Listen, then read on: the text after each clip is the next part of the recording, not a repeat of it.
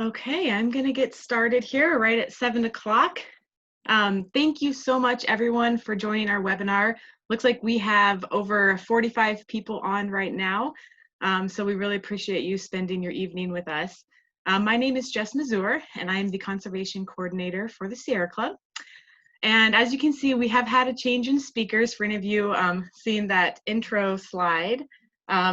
Keith Schilling, unfortunately, had something come up last minute and could not join us. But he hooked us up with Mike Gannon. He's a senior level hydrologist at the Iowa Geological Survey. And Keith says that we are in good hands because Mike wrote most of the material that Keith was going to present anyways. So thank you, Mike, for sharing your expertise with us tonight. So before we begin, I'm just going to go over a few details about what we're going to do tonight on the webinar. First off, for those of you who are wanting to watch the debate tonight, we are going to be done at 7:45, so you'll have time to switch over to your TV. What we're going to do is I'm just going to go through a short overview of the Pattison Sands project. We're going to talk about what Pattison Sands wants to do, what the DNR has done so far, and what the latest updates are. And after that, I'm going to pass it off to Mike, where he can answer some questions when he's done speaking. He's going to tell us about the Jordan Aquifer, how it sets a dangerous precedent for future projects. So he will answer questions, so just save those questions. And at the bottom of your screen, you should have a button that looks like a question, and you can submit your questions there. We'll be able to see those on our end, and we'll try to get through as many of those as we can. So after we do questions and answer, I'm going to review a few action steps that you can take from home to help protect the Jordan Aquifer. So without further ado, I'm going to get started reviewing the Pattison Sand project. So Pattison Sand, they mine silica sand near Clayton, Iowa. They use that in oil and gas fracking. And right now, they have a permit to pump and discharge about 566 million gallons of water annually from their mine, and then they discharge that into the Mississippi River. Since 2019, around December, they have been trying to request a new permit. They want to drill a new well into the Jordan Aquifer. They've submitted 3 different proposals, and each of those has had a slightly different amount, ranging anywhere from 34 million gallons annually to 2 billion gallons of water annually. And they've been pretty secretive about what they plan on doing with the water. From the few details that they have given us publicly, they said that they plan on transporting and selling the water out of state to drought-stricken states in the West. But the key thing is they're not giving us the details. We don't know exactly who they're selling it to, what it's going to be used for, or where it's going. The DNR has done a good job so far. They have denied all 3 permit requests from Pattison Sand, and their main reason is that Pattison Sand cannot show that this is a beneficial use of the state's water in the interest of the people, and that's required by state law. So we want to thank DNR so far, and we want to encourage them to continue to deny that permit. But unfortunately, Pattison Sands isn't taking no for an answer. They have filed an appeal of their most recent denial from the DNR, and they filed the appeal with the Iowa Department of Inspections and Appeals. And at the same time, they've also begun lobbying the governor's office to try to skirt some regulations and get their permit approved. What they're trying to say in their legal argument to file an appeal, they're saying that they own the water under their land and that it's not subject to DNR jurisdiction, and 2, that the DNR is violating the Commerce Clause. But we know that that just simply is not true, thanks to the Sierra Club Iowa chapter's legal chair, Wally Taylor. He's put together a motion to intervene and has submitted that, so we officially intervened in their appeal. So we'll be monitoring that and making our case. The case that we're going to make is first, that this is not a violation of the Commerce Clause, because DNR is not treating the company any differently than other companies in state or out of state. And DNR is preventing everyone from selling groundwater to anyone in Iowa or elsewhere. And second, Pattison Sands does not own the water under the mine. That's basic fact. Iowa code clearly states that the DNR has the authority to regulate the use of groundwater and that it is public water. It states that the regulatory authority includes the protection of surface and groundwater sources. So that hearing is going to be on November 9th and 10th, and we will be involved in that, and we'll keep everyone updated on how that goes. So while we're waiting on that hearing date, Pattison Sands is also making another move. They have announced that all the water that they currently have a permit for to pump out of the aquifer and into the Mississippi River, they're saying that they can redirect that water right now without a permit and sell that out of state. So we know this is just simply bad news for Iowa. If it's approved, if their permit is granted, it sets a very dangerous precedent that our water can be exploited for private profit. I mean, this has red flags all over it. One, we shouldn't be approving any projects that are shrouded in secrecy. We should know how natural resources are being used, where they're going. We need all that information. Two, Iowa's public resources should not be used for private profit. That's something that I think we believe in very strongly, is that those are public resources. Those are for the commons. Those are supposed to be used to benefit us, the people. And third, the reason that that's so important is that the Jordan Aquifer is already at emergency levels. And this project opens the door for unprecedented exploitation. We could see more companies come in and want to drill wells into the aquifer, and we could become the next water bottling hub of the US. And that's something that we definitely do not want to be. In Iowa, 3 counties already have to restrict access to the aquifer. That's in Johnson County, Lynn County, and Webster County. And we know that if we deplete the Jordan Aquifer, life as we know it in Iowa will forever change. Over 500,000 Iowans rely on the Jordan Aquifer for drinking water, as well as agriculture and other businesses. But I am not the expert on aquifers, and that's why we have an expert here, Mike Gannon, to give us some quick 101 on the Jordan Aquifer and what's really at stake if we allow corporations to pump water out of the aquifer faster than it can recharge. So Mike is a senior level hydrologist and specialist in groundwater modeling and water resources management. He's affiliated with the Iowa Geological Survey as well as the Iowa Flood Center. He holds an MS degree from the University of Arizona and has over 30 years of work experience with various engineering firms, state agencies, and the University of Iowa. So Mike, thank you so much for sharing your expertise and passion with us tonight. I know we're all looking forward to learning more about the Jordan Aquifer and the threats it faces. So I will hand it off to you. Great. Thank you, Jess. You did a fantastic job. Thank you. Yeah. Okay. Get my PowerPoint set up here. And go. It's a little slow. There we go. Everybody see the screen okay? I guess so. Everyone has their mic on. Anyway, basically what most of my work has been in like the last 12 years, I've been really focused on the Jordan Aquifer, and it's one of 2 regulated aquifers in Iowa. It covers most of Iowa. It's one of the most prolific and productive aquifers in Iowa, but it's also, in my opinion, the most vulnerable of any of the aquifers. You can see it covers most of the state. It's slightly different up in Northeast Iowa, and I'll touch on that a little bit. It's, like I said, it supplies water to probably about 500,000 Iowans.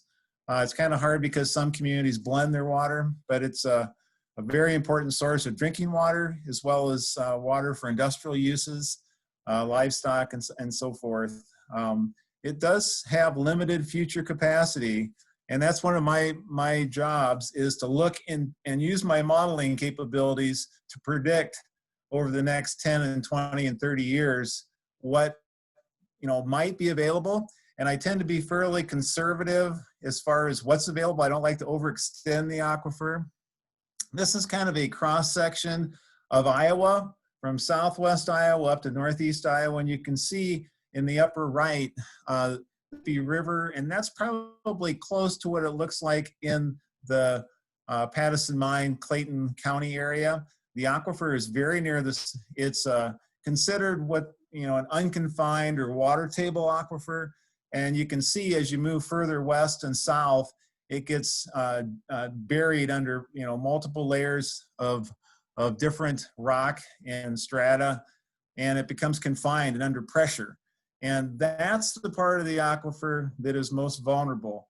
That water is extremely old. It's been there. The recharge is very, very low. Probably, you know, 1,000th or 10,000th of an inch per year actually makes its way into the aquifer from the rocks above. And the water, we've age dated that water. It's anywhere from 100,000 to 300,000 years old.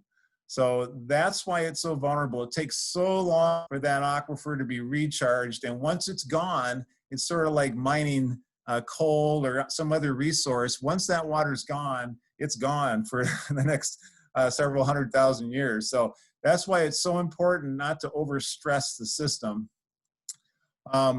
We've developed a 3D model. It started back in 2009. We've updated and recalibrated it numerous times, most recently last year.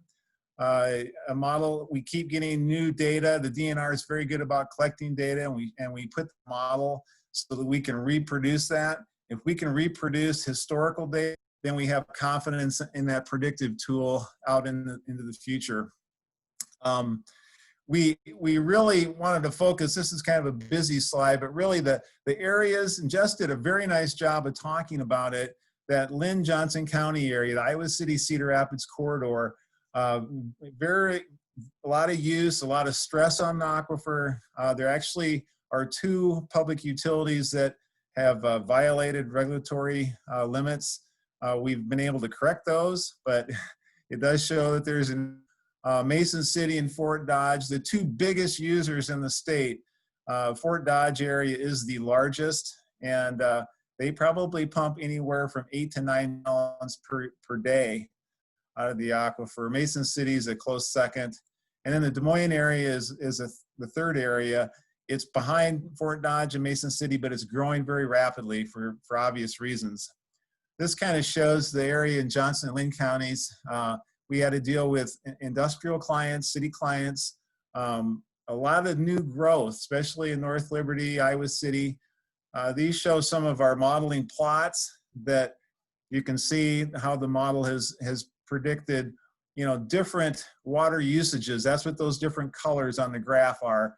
And if you pump too much, you can see over the years as you move out into this was done back in 2018, but into 2028, 2033, it starts getting closer and closer to that regulatory limit. If you pump too much, you violate it. And see, that's what the DNR, as well as the water utilities and industries, want to know. How much can they pump and still protect the aquifer? We're trying to keep that in balance. This kind of shows all the users. A big user that just, you may be aware of it, but Prestige Pork in Eagle Grove. I just got a complaint from the city of Fort Dodge that their levels were dropping a little quicker. So I had to do a reassessment up there, but a lot of use in the Fort Dodge area. One of the problems with Fort Dodge is most of the water is going to industrial growth. Fort Dodge itself isn't growing very rapidly, but a lot of ag businesses are moving into Fort Dodge, and they are really pumping the aquifer. We're trying to get them to utilize other sources to kind of take the stress off the Jordan. Mason City area, again, a lot of use, and we try to, you know, assist the cities and the industries in the area with what's the maximum they can expect without damaging the aquifer. This is a good slide because it shows in that confined part of the aquifer just how far the well interference or those zones of depression, and that's the drawdown in the groundwater table. That pressure head drops, and you can see they can interfere with each other. Fort Dodge and Mason City are about 100 miles apart, but yet they interfere with each other. That's very typical of a confined aquifer. And this part of the Jordan Aquifer you see in this map is really the area that we're most concerned with. I'll kind of move ahead real quickly. The Des Moines area, we just finished that model. It's the fastest growing area as far as population in Iowa. It's currently about 700,000 and projected to be over 1 million people by 2040. So they're using lots of water, and we're trying to assist them in developing new sources, conservation, reuse of water. The ethanol industry is starting to reuse a lot of water. And this just shows West Des Moines, one of their wells. When we modeled it, the allocated permit that they had for West Des Moines, actually, if they would use all the water that they would legally get, they would be in violation by the year 2030, or maybe even a little before that, as you can see on the graph. So we try to assist them and say, hey, you better cut back, use different sources to protect that. Okay, sorry, that was kind of a very quick tour through the Jordan Aquifer. Now we want to focus on the Pattison mine and the Pattison water use permit. And I'm going to repeat some of the things that Jessica talked about, but you know, I think, you know, hopefully, you know, if you have questions afterwards, feel free. I looked up their usage. Their current allocated usage out of the Jordan is just slightly under 1 billion gallons per year. And that's mostly to dewater the mine so that they can mine that frac sand. It's a fine silica sand. Apparently it works really well keeping fractures open in oil and gas wells, and they have a great demand for it. Their usage last year, we're always kind of a year behind in usage, but in 2019 they used a little over 500 million gallons of water just to dewater their mines. And like Jessica said, that's disposed of in the Mississippi River. Their plan is to capture some of that, maybe even expand. I don't know. The second try at their water use permit, they really cut back. Jessica probably has those numbers, but you know, they're hoping to capture it, fill rail cars, and ship it out to Oregon. And the water may end up in various Western states. I think one of the big, I'm in contact with the DNR usually on a weekly basis. One of the big things they're concerned with, they never have described exactly how they're going to use the water. What's that beneficial use? And if you know the Iowa code, the water is owned by the state of Iowa and its citizens, and to be used in a beneficial use. And if you can't name what that beneficial use is, whether it's in state or out of state, the DNR is not going to give you a permit. And so far, like Jessica said, they've been very, very secretive. Some of the questions and concerns, and I guess the major one from a technical standpoint is, would the withdrawal of this water impact the Jordan Aquifer in Iowa? Could it interfere with other users? Good question. Are there other examples of out-of-state sales of water from Iowa to other states? And I think the last one is really the key question. Does this set a bad legal precedent? That's kind of a no-brainer. I think it truly does. And I agree with Jessica in that regard as well. So that first question, if you look at the Jordan Aquifer or the Cambrian Ordovician Aquifer, you can see in gray it's confined. And I showed you how important it is to really study that confined part, because that's where most of the stress in the aquifer is in Iowa. You get into the unconfined, or where it's very close to the surface, and it almost behaves as a different aquifer.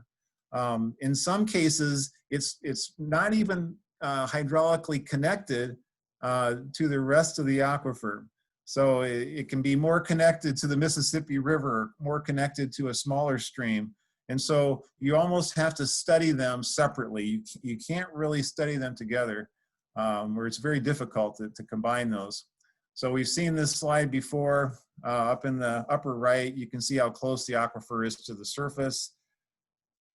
And this basically touches on, you know, unconfined systems. The water is generally very young. In some cases in Iowa, especially in Northeast Iowa, it can be a few days old. You know, the areas that have karst and fractured rock near the surface, you can get rainfall. It can actually be in your aquifer that day. You know, most aquifers take a little while, generally a year or less to recharge. So very quickly compared to the confined portion, which is like 300,000 years. Yeah, it's also much younger water. It's in many cases, and it is here at Pattison, it's hydraulically connected to surface water.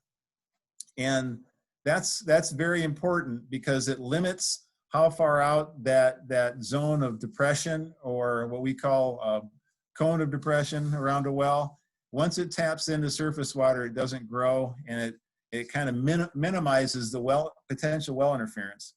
So when you look at that, and I've done a little work with the DNR, and they agree with me that from a purely science and technical standpoint, the use of that water at Pattison is not going to have much of an impact, or virtually no impact, on the confined portion of the Jordan Aquifer. And it's because it's so close to the surface, it's readily recharged, and you have a massive surface water body, which is the Mississippi River, right next to it. And it appears to be hydraulically connected to that river. So, you can get a lot of production without necessarily interfering with a lot of other wells. This actually shows an aerial of the Pattison mine. You can see I put a 1,500-foot buffer. Generally, in an unconfined or water table aquifer, it's rare for that zone of depression created by the pumping of the well to extend out much beyond about a half mile, so about 2,500 feet. You can see that many of those wells are could easily tap into the Mississippi River. The other wells most likely do, depending on how hard they're pumped. And you can also see a private well, Laura Weimer, that is probably influenced by the dewatering of this mine. I don't know how much. I haven't heard of any well interference complaints. The DNR would get those if there were significant complaints. Sometimes it's hard to know if it's the drought or if it's well interference, especially this year. But that's really the situation from a technical standpoint. There appears to be a lot of water, a lot of recharge, and it can easily tap into the surface water bodies and kind of limits the impact on the rest of the Jordan Aquifer. Now let's get to the second question, and that is, are there examples of out-of-state sales? The only one that I know of, an actual direct sale, is up in far northwest Iowa, Osceola County Rural Water. They supply water to a small community in Minnesota. It's a very small amount, and it's very close to the border between the two states. Ethanol.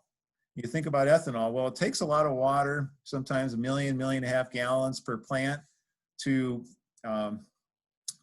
make ethanol, and some of that is then shipped out of state in the ethanol. Same thing with beverage and bottling companies, people that bottle water or soda. It takes Iowa water, goes into the product, and then it's shipped around the Midwest or the country or sometimes the world. But those are indirect sales. Those are indirect sales. The only one that I know of, and again, it's to a very close neighbor, and it's regulated by the DNR very closely. And I think it was used initially back in 2012, 2013 during the drought, and then they maintained it. So it was kind of for emergency usage, but I don't know a lot else about that one, but the DNR might be able to shed some light. I guess the big question, and this is the one that I think is very legitimate, and I think it's very important from a legal standpoint to not set a precedent to sell Iowa's resources. The reason being is that these resources are there not just for us, but also for nature and also for future generations. And many parts of the Jordan Aquifer are very vulnerable, and we need to protect that. And the regulations that the DNR put in place are very good. I compliment the DNR on that, and it's there to protect the resource. And the problem is, once you open up Pandora's box to this, you'll have all kinds of business interests that want to sell that water, and it may not help Iowa very much. I don't maybe have as big a problem if they wanted to start a water bottling plant or whatever in Northeast Iowa, but to ship it, who knows where and for what purpose, and you can't even state the beneficial use. I think we have to be very, very cautious. And that's my concern. I know that's the DNR's concern, and I'm sure it's probably your concern as well. So at that, Okay, I think I'm ahead of schedule, so we have more time for questions. Um, I will open or turn it over back to Jessica. Yeah. Thank you so much for sharing this information with us. I know I learned a lot, and it's clear that the aquifer is worth protecting because you're saying water that's 300,000 years old or more. That's, I mean, hard to even comprehend how old that is. So I definitely, we have no other choice than to protect it. Great. We do have some questions. I'm going to pull some of these up. Great. So Susie Petra from Ames wants to know how clean or contaminated is the water that they currently discharge into the Mississippi? It's as far as I know, it's pretty pristine. There may be some natural occurring constituents. There could be some possible nitrates just because it's hard not to have nitrates in Iowa and being that close to the surface, although it's in a kind of a forested area. My guess is that it probably is much, much cleaner than the water in the Mississippi, but good question. Thank you. All right, George Cunningham, if the Pattison withdrawal affects the Mississippi River, does the Mississippi River Commission have a role in permitting? You know, the Corps of Engineers may have, they're kind of the main government agency for these major rivers. And I'm not sure. That would be a good question for either the DNR or the Corps of Engineers. I know that they have to protect the river, especially from spills, you know, barges, pipelines that might burst. Just because, you know, I know Davenport uses, you know, the Mississippi River, Keokuk uses the Mississippi River as intakes on the river. So the Corps is very, very aware of the water quality and trying to protect it. I am not aware of any water quality concerns. I think that's part of the water use permit. You also have to work with the wastewater section of the DNR and make sure that that discharge is clean. So I imagine they had to sample it. I don't know what the specifics are, but it must have passed the test. But good, very good question. All right, Mike Carberry, how many states does the Jordan Aquifer encompass?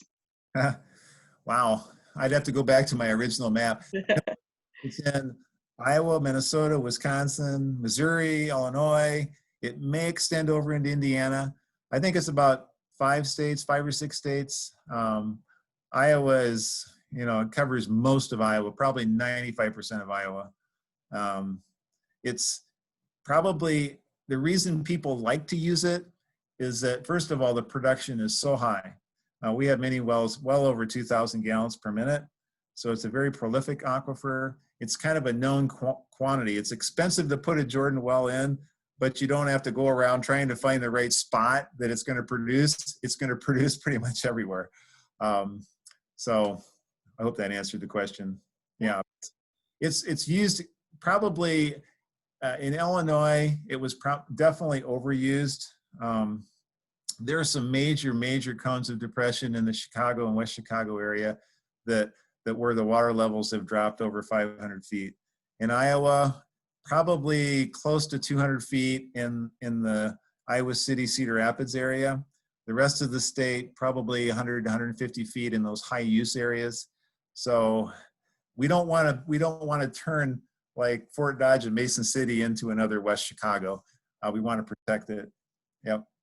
So when you say it draws it down, does that mean that someone who might have a well on their farm would have to dig a new well, like they don't have access to? Is that? Well, yeah, probably not a private well. Maybe in Northeast Iowa. The problem with the Jordan, it's so deep. It's like in the Des Moines area, you know, probably 2,700 feet deep. And, you know, so it's so expensive to put a Jordan well in. Usually there are communities and industries that utilize it. But you're right. If you drop it too much, what happens is it drops it below where the pump settings are in the other wells. And that's where you start getting some well interference complaints. And, you know, it's expensive to drop, you know, wells deeper. It takes more electricity to pump the water out. What they noticed in the West Chicago area is that the water quality started to deteriorate. They started getting radionuclides and arsenic being pulled out of the formations because because of the stress on the system and the negative pressures. You create, it's a pressurized aquifer. You lower those pressures, all of a sudden you start getting constituents that get released from the aquifers, the rocks and whatnot. And so they can become health issues. So, and we've seen some of that in Iowa in places. So it's really important not to overdraft the aquifer. And that's the DNR, like I said before, they've done a fabulous job, I think, with these new regulations that I think since 2014 is when they implemented these. So, Awesome. sorry, that was my timer. That's okay. So Wally Taylor wants to know, is Osceola County above the Jordan Aquifer, or is the county sending water to Minnesota from another aquifer?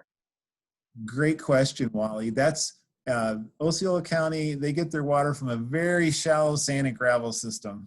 So right now during the drought up in Northwest Iowa, their wells are not pumping what they hope to pump, but the good thing is that it's readily recharged. And so it's an aquifer that's considered a water table aquifer. The water's very young. When we do get rainfall and snow melt, there's usually plenty of water. Just there are times, especially now, where they struggle. Great question, Wally. That is probably one of the reasons why the DNR, allowed that to happen. They actually have plenty of wells and a lot of extra capacity, so that's why they could sell that. And it's a very small quantity. It's probably less than 20,000 gallons a day, going up to Minnesota. Yeah. Thank you. It might only be for emergency purposes. I don't know. So it might not be a continuous supply of water. It may just be an emergency service line. Yep. Thank you. Yep. Susie Peter again. We know that climate change is coming and drought is a great concern. We should be fighting to protect our waters. Oh, it's a comment, not a question. I was ready. We should be fighting to protect our waters for future where rainfall may be far less than usual. And I agree with that one. Right. We just had a big drought meeting with USDA, DNR, the Iowa Department of Agriculture, all these agencies. And, that was kind of touched on. The drought we're in now, it hasn't affected eastern Iowa too much, but western Iowa, especially northwest Iowa, is in an exceptional drought. And right now is when we get a lot of our recharge, and it's not well, maybe it's happening like last night and today, but it hasn't happened much over the summer and fall so far. Many of those areas are 8 to 10 inches of rainfall short for the year. We're starting to see maybe a little higher frequency of drought. We don't really know. It's really unknown whether climate change is going to create more drought or more flooding. So the flood center here at the university would say, well, it's going to create more flooding because, that's what they specialize in. I would probably say, well, I think it's going to create more of both. I think you're going to see the extremes. And so, I think you have to be prepared and protect the resource for both of those, and then try to do what you can, to protect the climate as well. So. Yeah, absolutely. Yeah. This is a really good question. I'm interested in the answer for this one as well. So how does farm tile drainage affect replenishment of the aquifer? That's a great question. And actually Keith that's kind of his area of specialization. But really what the tile line does, it speeds up the process of water flowing from, maybe the uplands and fields to the rivers. In some cases, instead of it naturally flowing through the formations, you're bypassing the system. And so it actually creates more dry conditions and also creates more flooding because it speeds up that process. So I know the city of Cedar Rapids and the watersheds of the Cedar River, they were looking at trying to slow down some of that water. Tile drainage is one of that. Some of it is also just surface runoff and row crop that can affect the runoff relationships. But great question. The tiling, we've really changed the hydrology in Iowa. And, from an agricultural standpoint, that's been good. But maybe from a water quality and flooding and potential drought standpoint, not so much. So there's always consequences might help one area, but then there's some long-term consequences down the road. So Right, right. great That was a good question question. though. Yeah. So from Tim Wagner, I lived in the interior West for more than 2 decades and know that the Colorado River is increasingly stressed due to climate change.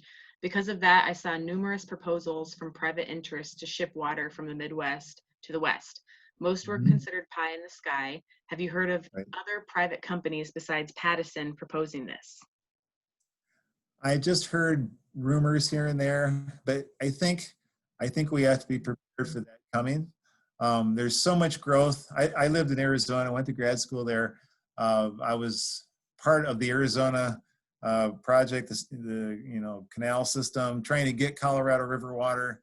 Um, the problem is, those areas weren't designed to have large populations. Mhm.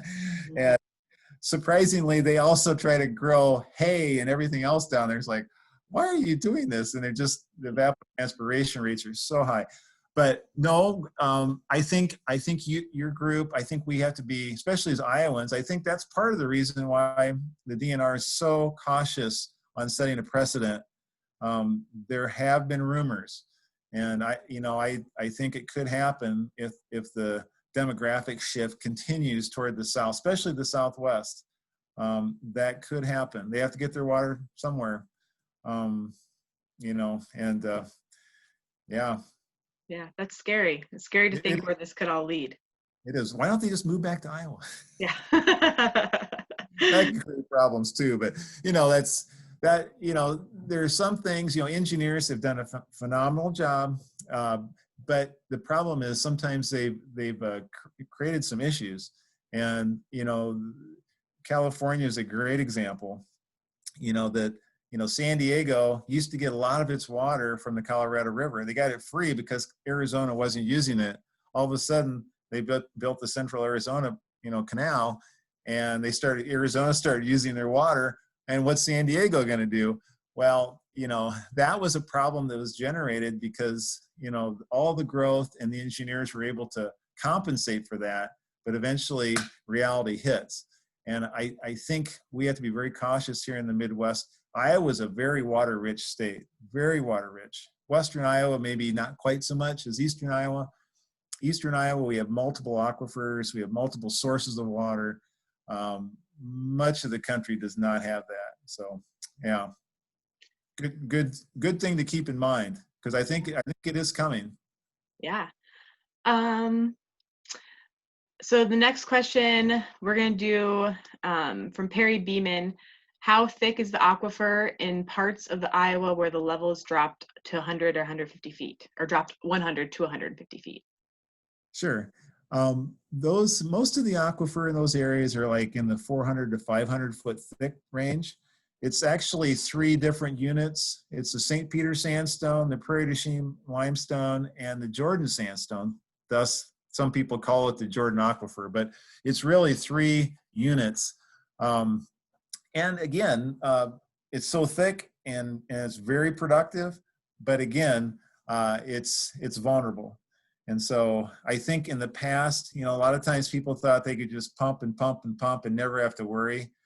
But I do think we do have to be concerned. We don't have to worry so much. I think part of my job is managing it. How can we get maximum beneficial use for cities and industries? But then I always show them the limitations. And I'm always very, very conservative in those limitations. If it turns out better than that, great. I'd rather be on the safe side, but much of the aquifer is so productive because it is so thick. It's not overly permeable, but it's just so thick. Yeah, good question. Yeah, and it's definitely important that we protect it for future generations because we don't want to send our great great great grandkids into a world without water. Absolutely, absolutely. Yeah. So next one we have is surface or groundwater in Iowa considered an article of commerce by state law? Boy, I'm not an attorney. Um, maybe Wally could answer that one. I'm But not sure. I don't know how to unmute him, but I know he's on. okay. Yeah. Well, we can, George, we can figure that out and we can get back to you and let you know. Oh, it looks like Pam figured it out. I think Wally's about to hop on here. Oh, good. Can you hear me? Yes, Wally, we can hear you. Hi. I think the question was about selling something out of state and whether that violates the comment clause that Jess was talking about. Is that the question? Yeah, is surface or groundwater in Iowa considered an article of commerce by state law? Now that's a real puzzler. Good one to end on. Good hard question Yeah, to end. certainly, as Mike said, the law is very clear that the public owns the water. It's a public resource. And that's really, I think, one of the reasons why we believe that Pattison's project is illegal, because it's a public resource and it's not for private benefit. I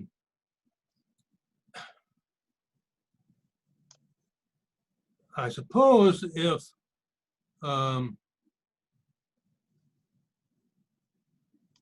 like you see the bottled water or something, they could sell that out of state, but to just take the water out of the aquifer and send it directly to another state, I think it's not a commodity for that purpose. But as we say, that's a question of first impression. We can look into that for you, George. I am going to close out the questions. We did have a few more, but I think maybe we can send those to Mike and maybe send out some answer. I'll send out some answers to folks who still had questions. But before I close it out, and thank you, Mike, for doing everything, I'm going to just do some action steps and then we'll give Mike a big thanks. So at Sierra Club, we love to hear from experts and learn all about the natural resources and how we can protect them. But we also know that we have to turn our knowledge into action. So between now and the appeal hearing, that's on November 8th and 9th, we've come up with 2 easy action steps that you can do from home to help make sure this project does not get approved. So the first one is an action alert. On Monday, you're all going to get an email that says click here to send a message to Governor Reynolds telling her to uphold the DNR's decision to deny the permit. So all you're going to have to do is just click to take action. It'll send a message to Governor Reynolds. You can add your own note on there if you'd like, but look for that email on Monday. We know that the more messages that we send her, the more pressure that she'll feel to do the right thing, because we know that Pattison Sand has been lobbying the governor's office to try to get their permit approved. So that's why we're going to do this action alert with Governor Reynolds. And the second one, for those of you that want to even take one step farther, if you like to write, we want to submit letters to the editor all across the state. We know that raising awareness in the public about this issue will help put pressure on Governor Reynolds to do the right thing. So you can write a short letter to the editor about why you think this is a bad deal for Iowa, 200 words or less. Really simple. We can help submit that or help with ideas writing that letter to the editor. If you have any questions, just contact me. My email is jessica.mazur@sierraclub.org. And you should see that in the email you get on Monday if you didn't have time to write that down. But it's jessica.mazur, M-A-Z-O-U-R, @sierraclub.org. So those are the 2 action steps. 1, look for your email on Monday to send a message to Governor Reynolds. And 2, write a letter to the editor and submit it to your local paper. So Mike, thank you so much for spending your evening with us. We really appreciate the information that you shared and helping arm us with the knowledge that we need to protect the aquifer. So thank you so much for your time. You're welcome. It was my pleasure. So great questions too, by the way. Yeah, they were some good questions. We had over I think 68 people I saw on here at one point. So thank you, all of you who are on the webinar tonight to learn and to take action. We know that this is kind of a crazy time of year, so we appreciate you spending it with us. And we hope we've given you enough time to gather yourself so that you can watch the debate.